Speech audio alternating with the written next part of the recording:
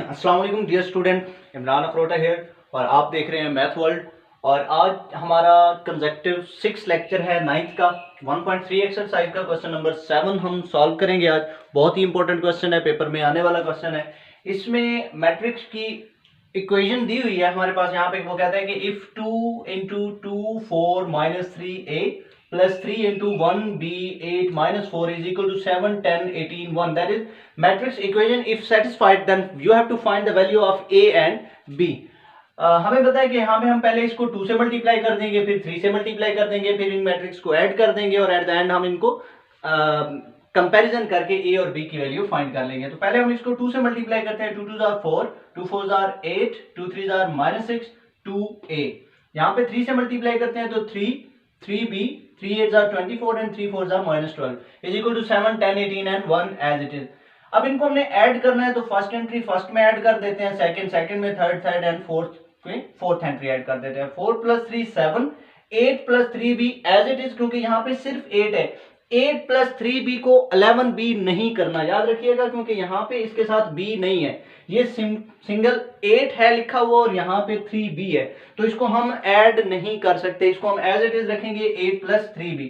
यहाँ पे -6 प्लस 24 करते हैं तो 18 आ जाता है। 2a minus 12 as it is, ये भी इसी तरह रहेगा। अब हमारे पास ये वाली जो मैट्रिक्स है ये इक्वल है। हम कहते हैं as matrix are equal, so 8 plus 3b is equal to 10, second entry should be equal to second entry and fourth entry should be equal to fourth entry, that is 2a minus 12 is equal to 1। यहाँ पे अगर हम 3b को इधर ही रखें और 8 plus का इस साइड पे जाके माइनस का हो जाएगा, और इसी तरह से 2a को हम यहीं रखें और -12 उस साइड पे जाएगा तो प्लस का 12 हो जाएगा। यहाँ पे हमारे पास 10 माइनस 8 2 आ जाएगा, 3 मल्टीप्लाई हो रहा है उस साइड पे जाके डिवाइड हो जाएगा तो 2/3 हो जाएगा। सेम एज इट इज यहाँ पे हमारे पास 2a रहने देंगे, -12 इधर जाके +12 13 हो जाएगा, और 2 मल्टीप्लाई हो रहा है उस साइड पे जाके डिवाइड हो जाएगा तो 13/2।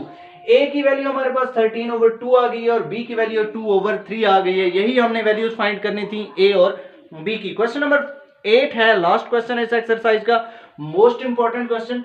इसमें बहुत ही इंपॉर्टेंट बातें हैं। इसके 4 पार्ट्स हैं, 6 पार्ट्स हैं इसके, उसमें कुछ एक जैसे पार्ट्स हैं बिल्कुल, उनमें कोई हार्ड एंड फास्ट रूल शामिल नहीं है। मैं आप लोगों को सिर्फ उनके बारे में बता दूंगा कि उनको आपने किस तरह से करना है। जो सिमिलर पार्ट्स हैं वो मैं आपके लिए छोड़ दूंगा, दूसरे पार्ट्स मैं सॉल्व कराऊंगा, और आप लोगों ने मुझे कमेंट्स में बताना है कि जो पार्ट्स मैंने छोड़े हैं वो आपने सॉल्व किए या नहीं किए। अगर आपने सॉल्व किए तो वहां आपको कोई प्रॉब्लम आया है तो आप मुझे बताएंगे, शेयर करेंगे, और अगर पिक भेज देंगे तो बहुत अच्छा होगा।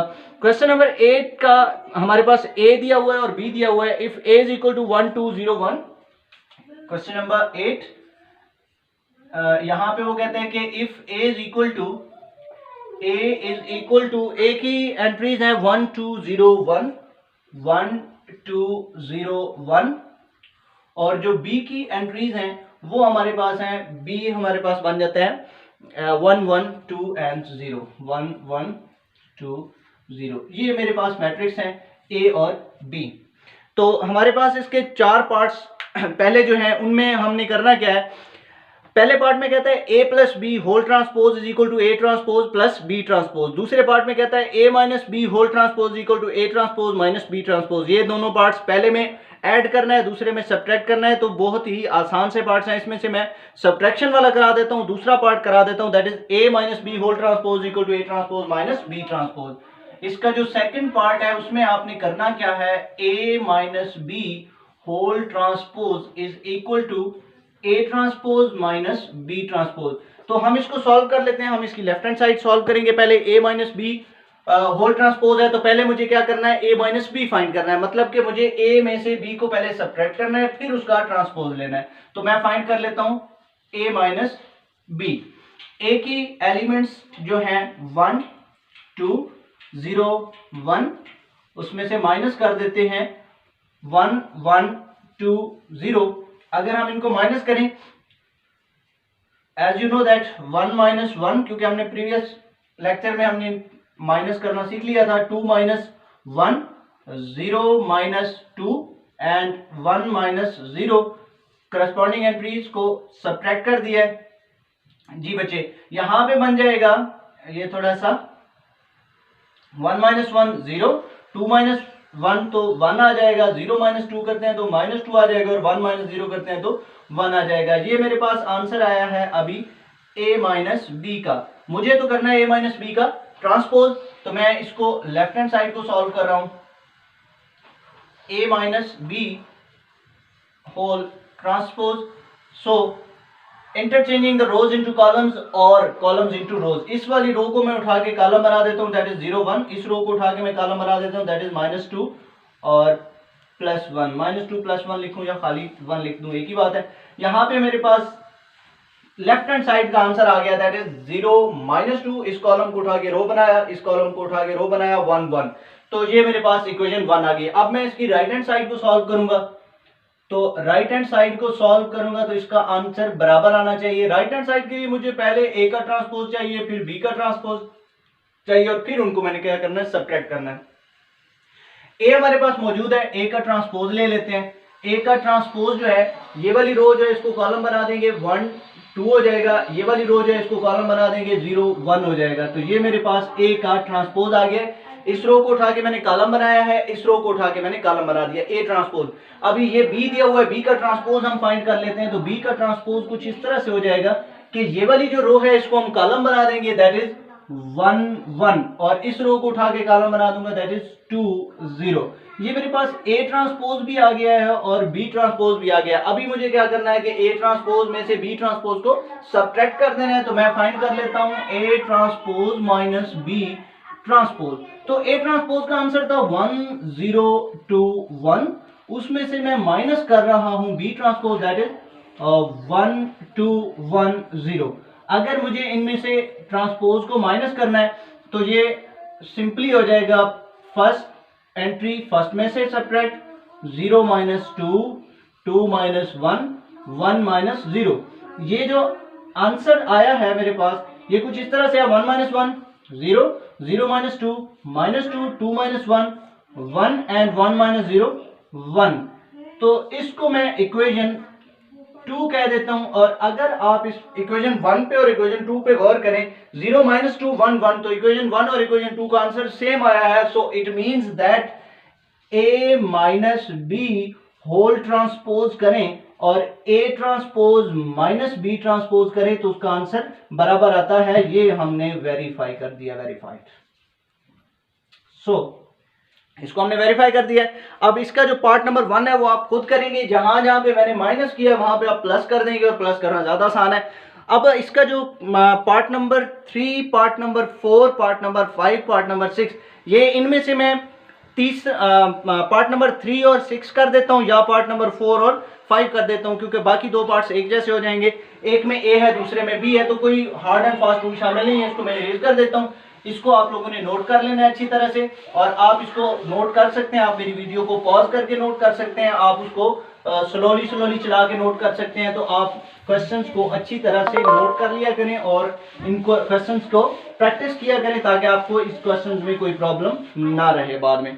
तो नेक्स्ट हमारे पास जो क्वेश्चन नंबर इसी का जो पार्ट नंबर 3 है, हम पहले पार्ट नंबर 3 कर लेते हैं। उसमें हमने करना क्या है, हमने करना है A plus A transpose is symmetric. इसमें बेटा एक बात याद रखिएगा, पार्ट नंबर 3 में हमने करना है ए प्लस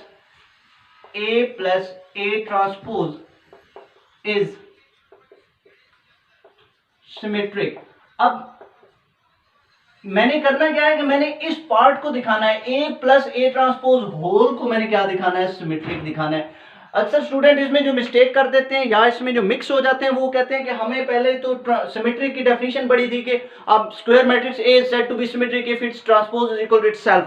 तो यहाँ पे तो दो मैट्रिक्स आ गए हैं और ये ऐड हो रहे हैं और इसमें ट्रांसपोज भी हो रहा है, हमने इसको कैसे सिमेट्रिक दिखाना है। तो बेटा बात हमेशा याद रखिएगा कि आपने इस को एज ए होल सिमेट्रिक दिखाना है। इट मींस दैट कि पहले तो आपको ये वाली चीज फाइंड करनी है। जो ये वाली चीज फाइंड हो जाएगी तो इसका जो आंसर होगा उसका ट्रांसपोज लेके वापस इसी के इक्वल दिखाएंगे तो वो सिमेट्रिक आएगा। क्योंकि आप लोगों ने सिमेट्रिक की डेफिनेशन पढ़ी थी कि a square matrix A is said to be symmetric if A transpose is equal to A, कि वो सिमेट्रिक कहलाता है अगर उस पूरे का ट्रांसपोज उसी के इक्वल आ जाए। यहां पे हमारे पास जो है ना ये ए है, और अगर हम लेट कर लें कि A is equal to A plus A transpose, मतलब इस A को मैं पूरे का पूरा A प्लस A ट्रांसपोज कह दूं तो इस A की जगह आ जाएगा A प्लस A ट्रांसपोज और इसके ऊपर एक ट्रांसपोज है इज इक्वल टू A की जगह फिर वही A प्लस A ट्रांसपोज। तो असल में हमने ये चीज दिखानी है, हम ये वाला काम करना चाह रहे हैं तो ये सिमेट्रिक हो जाएगा। आई होप सो कि आप लोगों को समझ आ गई होगी। Let's start. पहले तो मुझे A और A के ट्रांसपोज को करना है प्लस, पहले A हमारे पास मौजूद है तो A का ट्रांसपोज ले लेते हैं। A का ट्रांसपोज आ जाएगा, इस रो को उठा के कॉलम बना दिया दैट इज 1 2, इस रो को उठा के कॉलम बना दिया दैट इज 0 1, ये A का ट्रांसपोज आ गया है। अब मुझे क्या कर देना है, A और A के ट्रांसपोज को सम कर देना है, तो हम इनको ऐड कर देते हैं। A plus A transpose that is A में एलिमेंट्स हैं 1 2 0 1 और उसमें हम प्लस कर देते हैं इसका ट्रांसपोज दैट इज 1 0 2 एंड 1। अगर हम इनको ऐड करें और ऐड करने के बाद जो आंसर है उसका हमने ट्रांसपोज लिया और उसी की इक्वल आ गया तो हमारे पास काम बन जाएगा। अभी हम सिर्फ क्वेश्चन को सिंप्लीफाई कर रहे हैं, that is first entry first में ऐड कर दे तो मैं डायरेक्ट कर रहा हूं 1 प्लस 1 2 2 प्लस 0, थोड़ा सा 2 प्लस 0 आजकल 2 होता है और 0 प्लस 2 भी 2 होता है, 1 प्लस 1 भी 2 होता है। ये जो मेरे पास आंसर आया है अभी इसको मैंने सिर्फ क्वेश्चन को सिंप्लीफाई करके उसकी मैंने ओरिजिनल फॉर्म बनाई है, A प्लस A ट्रांसपोज मेरे पास आ गया। अब मैंने इस चीज को दिखाना है कि ये सिमेट्रिक है, यही वाली चीज के इसका पूरा ट्रांसपोज लूंगा और ये वापस उसी के इक्वल आ गया तो ये क्या कहलाएगा, सिमेट्रिक कहलाएगा। अभी इसको मैं कर देता हूं इरेज, आप इसको समझ गए होंगे। तो इसका अगर मैं ट्रांसपोज लूं A प्लस A ट्रांसपोज का होल ट्रांसपोज, अगर इसका ट्रांसपोज लें तो यहां पे है 2 2 2, यहां पे ये तो है नहीं कि कोई रेड ब्लू ग्रीन इस तरह के 2 तो है नहीं, सारे 2 2s हैं। तो इनका अगर हम ट्रांसपोज भी लेंगे, ये वाली रो उठा के कॉलम बनाएंगे तो ये 2 2 वैसे ही रहेगा, इसको भी उठा के कॉलम बनाएंगे तो 2 2 वैसे ही रहेगा। तो इसको मैंने कह दिया इक्वेशन 2। अब मैं कहता हूं कि from equation 1 and 2, from equation 1 and 2, अगर इक्वेशन 1 और 2 से देखें तो हमारे पास जो A प्लस A ट्रांसपोज का होल ट्रांसपोज आया था वो वापस A प्लस A ट्रांसपोज के इक्वल आ गया है। देखें A प्लस A ट्रांसपोज का जो होल ट्रांसपोज लिया है वो वापस उसी A प्लस A ट्रांसपोज के इक्वल आ गया। सो A plus A transpose is symmetric, ये हमारे पास प्रूव हो गया, प्रूव्ड। ये हमने प्रूव कर दिया है कि A plus A transpose symmetric है क्योंकि हमने उसका ट्रांसपोज लिया तो उसका वापस आंसर उसी के इक्वल आ गया। स्क्वायर मैट्रिक्स था, स्क्वायर मैट्रिक्स का ट्रांसपोज अगर वापस उसी के इक्वल आ जाए तो वो सिमेट्रिक कहलाता है। अब हमने क्या करना है, आपके लिए काम ये है कि मैंने ये जो तीसरा पार्ट किया है A plus A transpose is symmetric, आपने क्या करना है B plus B transpose is symmetric. जहां जहां पे मैंने A का काम किया वहां पे आपने B के साथ करना है और यही इसी तरह से आपने सिमेट्रिक दिखा देना है, देयर इज नो डिफरेंस। तो अब हम पार्ट नंबर 6 की तरफ चलेंगे। आपने इसको बहुत अच्छी तरह से लिख लेना है, बहुत अच्छी तरह से नोट कर लेना है और इसकी प्रैक्टिस कर लेनी है एटलीस्ट 3 to 5 टाइम। अगर आप इसकी प्रैक्टिस करेंगे तो ये क्वेश्चन आपको भूलेगा नहीं और ये क्वेश्चन पेपर में आने वाला है 100%। शॉर्ट क्वेश्चन में इन 4 पार्ट्स में से एक लाजमी आता है। तो जो पार्ट नंबर 6 है उसमें हमने दिखाना है B minus B transpose is skew symmetric. Part number 6 में कर लेता हूं, उसमें हमने दिखाना क्या है, B minus B transpose is skew symmetric. जी बिल्कुल आप सही गैस कर रहे हैं कि यहां पे हमें करना क्या होगा, ये जो B माइनस B ट्रांसपोज है इसको हमने सिमेट्रिक दिखाना है तो पहले तो मुझे B माइनस B ट्रांसपोज चाहिए। जैसे हम कहते थे कि a square matrix A is said to be skew symmetric if its transpose is equal to its negative, that is A transpose is equal to minus A। और अगर मैं इस A की बजाय मैंने क्योंकि किसको दिखाना है, B माइनस B ट्रांसपोज को स्क्यू सिमेट्रिक दिखाना है, तो मैं अगर लेट कर लूं कि A is equal to B minus B transpose, थोड़ा सा B माइनस B ट्रांसपोज, और अगर वापस इसकी जगह वैल्यू पुट करूं तो ये बनता है बी माइनस बी ट्रांसपोज का होल ट्रांसपोज, क्योंकि ऊपर ट्रांसपोज है, इज इक्वल टू यहाँ पे माइनस और ए की जगह पे आ जाएगा बी माइनस बी ट्रांसपोज। तो मुझे करना सिंपल ये है कि बी माइनस बी ट्रांसपोज का होल ट्रांसपोज लेना है और उसका जो आंसर आएगा उसमें से माइनस कॉमन निकालनी है और वापस वही चीज बन गई तो वो मेरे पास स्क्यू सिमेट्रिक कहलाएगा। So let's see what happened with that matrix. B हमारे पास मौजूद है, बी का ट्रांसपोज ले लेते हैं।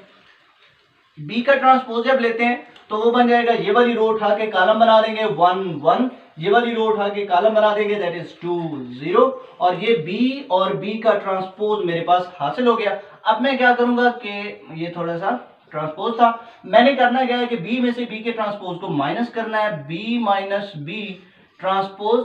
सो let's write the entries of B that is 1 1 2 0 and minus B transpose that is 1 2 1 0। ये हमारे पास जो B और B का ट्रांसपोज आ गया उसको हम सब्ट्रैक्ट कर रहे हैं। इनको जब हम सब्ट्रैक्ट करते हैं, फर्स्ट एंट्री को फर्स्ट एंट्री में से सब्ट्रैक्ट करते हैं that is 1 minus 1, second entry को सेकेंड 1 माइनस 2, थर्ड एंट्री को थर्ड में से 2 माइनस 1 एंड 0 माइनस 0, थोड़ा सा 0।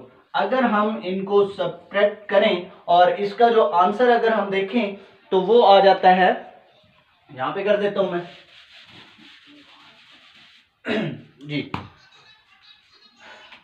1 minus 1 that is 0, 1 minus 2 that is minus 1, 2 minus 1 that is 1, 0 minus 0 0। ये मेरे पास B माइनस B ट्रांसपोज आ गया, इसको मैंने इक्वेशन 1 कह दिया। अब ये जो मेरे पास B माइनस बी ट्रांसपोज आया, मुझे इसका एक बार फिर ट्रांसपोज लेना है, taking transpose on both side. So B minus B transpose whole transpose is equal to, आप इसको यूं भी लिख सकते हैं कि इधर पहले जो मैट्रिक्स है उसको लिखने के बाद उसके ऊपर ट्रांसपोज लिख दें दैट इज 0 माइनस 1 1 0, क्योंकि कुछ स्टूडेंट इस तरह से भी लिखते होते हैं तो वो भी कोई मसला नहीं है, गलत तस्वर नहीं होता, ठीक होता है कि एक स्टेप में आप पहले पूरे मैट्रिक्स के ऊपर टी लिख दें, ट्रांसपोज लिख दें, अगले स्टेप में आप उसका ट्रांसपोज सॉल्व करें दैट इज इस रो को कॉलम बना दिया 0 माइनस 1, इस रो को उठा के कॉलम बना दिया 1 0, लेकिन जब आपने ट्रांसपोज ले लिया तो फिर उसके ऊपर टी नहीं लिखना। ये मेरे पास आ गया B माइनस बी ट्रांसपोज का होल ट्रांसपोज। अब अगर मेरे पास ये जो B माइनस बी ट्रांसपोज का होल ट्रांसपोज आया है, इसको मैं देखूं तो ये वापस इस इक्वेशन 1 के इक्वल नहीं आ रहा, क्योंकि 0 माइनस 1 है वो 0 1 है, यहाँ पे 1 0 है, वहां पे माइनस 1 0 है। अगर मैं इसमें से माइनस कॉमन निकालूं, माइनस जब हम कॉमन निकालते हैं तो ये हमारे पास कुछ इस तरह से बन जाता है कि माइनस बाहर निकालने के बाद 0 साइन चेंज हो जाते हैं, प्लस 1 माइनस 1 हो जाता है, माइनस 1 प्लस 1 हो जाता है, और 0 का कोई साइन नहीं होता because this is a non negative number, neutral number. तो ये हमारे पास माइनस के बाद वाली जो चीज है इसको अगर हम इक्वेशन 1 में देखें तो वो B माइनस बी ट्रांसपोज बन जाता है। तो मैं कहता हूं from equation 1 B minus B transpose whole transpose is equal to minus into B minus B transpose. तो ये मेरे पास सॉल्व हो गया कि अगर हम उसका ट्रांसपोज लें तो माइनस के बाद वही वाला मैट्रिक्स आ जाता है। हम कहते हैं hence B minus B transpose is skew symmetric,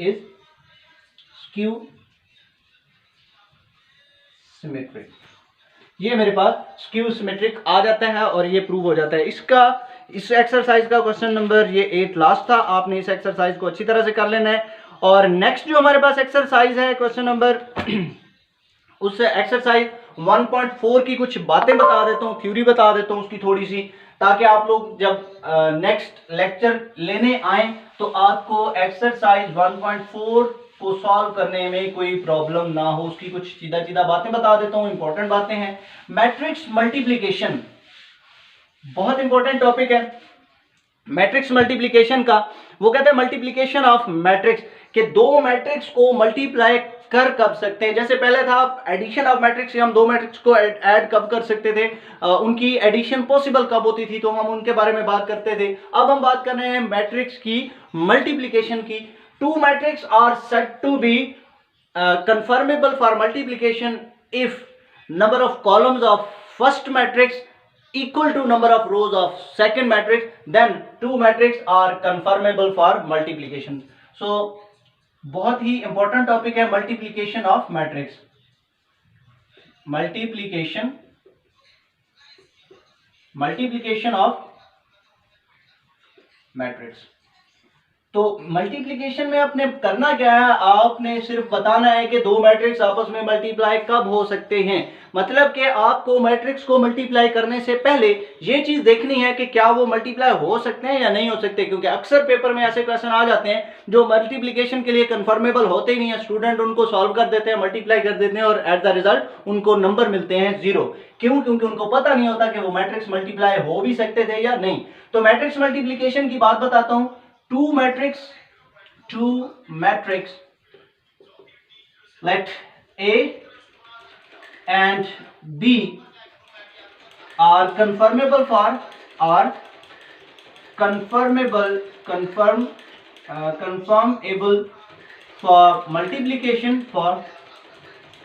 multiplication थोड़ा सा two matrix A and B are conformable for multiplication if number of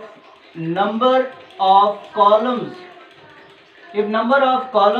of first matrix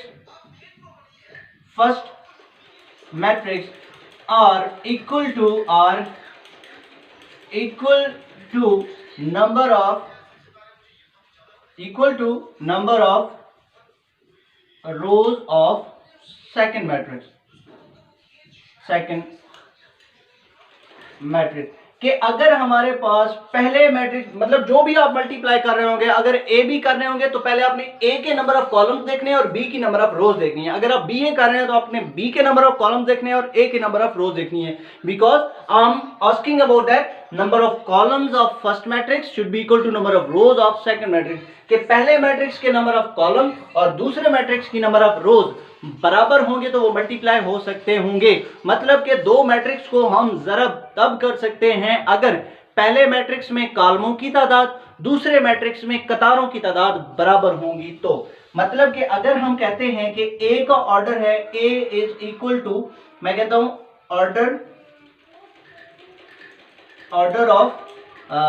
order of A is equal to है m by n, order of B हमारे पास है n bye p। तो यहां पे देखिए पहले में नंबर ऑफ कॉलम्स और दूसरे में नंबर ऑफ रोज, पहले में कॉलमों की तादाद और दूसरे में कतारों की तादाद अगर यहां पे बराबर है, ये भी n है ये भी n है, यहां पे हमने थोड़ा सा क्या लिखा हुआ है, थोड़ा सा ये n लिखा हुआ था। तो अगर हम कहते हैं कि पहला मैट्रिक्स जो a है उसमें है m बाई n और दूसरे में है n बाई p, तो सो ए बी पॉसिबल, और ए बी पॉसिबल है और ए बी का जो ऑर्डर होगा वो होगा m बाई p। ये बात एमसीक्यूज के लिए याद रखिएगा कि ए और बी मल्टीप्लाई हो कब सकते हैं, जब पहले में नंबर ऑफ कॉलम्स और दूसरे में नंबर ऑफ रोज बराबर हों, और उनका जो मल्टीप्लाई करने के बाद जो एट द एंड ऑर्डर आएगा वो ये आएगा m बाई p। तो आपके पास पेपर में एमसीक्यूज के तौर पर इस तरह से कोई से दो मैट्रिक्स दे दिए जा सकते हैं और उनसे पूछा जा सकता है आपको कि ए का ऑर्डर ये है, बी का ऑर्डर ये है, तो आप बताएं ए बी का ऑर्डर क्या होगा, या आपसे पूछा जा सकता है बी ए का ऑर्डर क्या होगा, तो आप मुझे बताएंगे बी ए का ऑर्डर क्या होगा, या बी ए इसमें पॉसिबल भी नहीं है। क्यों? क्योंकि बी में नंबर ऑफ कॉलम्स m है और ए में नंबर p है और ए में नंबर ऑफ रोज m है, तो बी ए तो पॉसिबल ही नहीं है, क्योंकि बी के नंबर ऑफ कॉलम्स और ए के नंबर ऑफ रोज बराबर नहीं है, तो बी ए पॉसिबल नहीं है। यहाँ पे ए बी पॉसिबल है क्योंकि ए के नंबर ऑफ कॉलम्स और बी के नंबर ऑफ रोज बराबर है, और ए बी का ऑर्डर जो है वो ये होता है m बाई p, और यहाँ पे बी ए पॉसिबल नहीं है। तो याद रखिएगा बेटा कि यहाँ पे मैट्रिक्स मल्टीप्लिकेशन में जो कम्यूटेटिव लॉ है वो जनरली होल्ड नहीं करता, स्पेसिफिक केसेस में होल्ड कर सकता है। तो आपने ये मैट्रिक्स की मल्टीप्लिकेशन का टॉपिक अच्छी तरह से तैयार करके आना है, मैट्रिक्स मल्टीप्लिकेशन के बारे में पढ़ के आना है। हम अगले लेक्चर में हमारा जो कंसेक्टिव 7th लेक्चर होगा उसमें हम एक्सरसाइज 1.4 को सॉल्व करेंगे और इंशाल्लाह उसमें 1.4 के मैक्सिमम क्वेश्चंस को हम सॉल्व कर देंगे। और जाते जाते चैनल को सब्सक्राइब करना, लाइक करना और शेयर करना वीडियोस को मत भूलिएगा। Thank you, Allah Hafiz.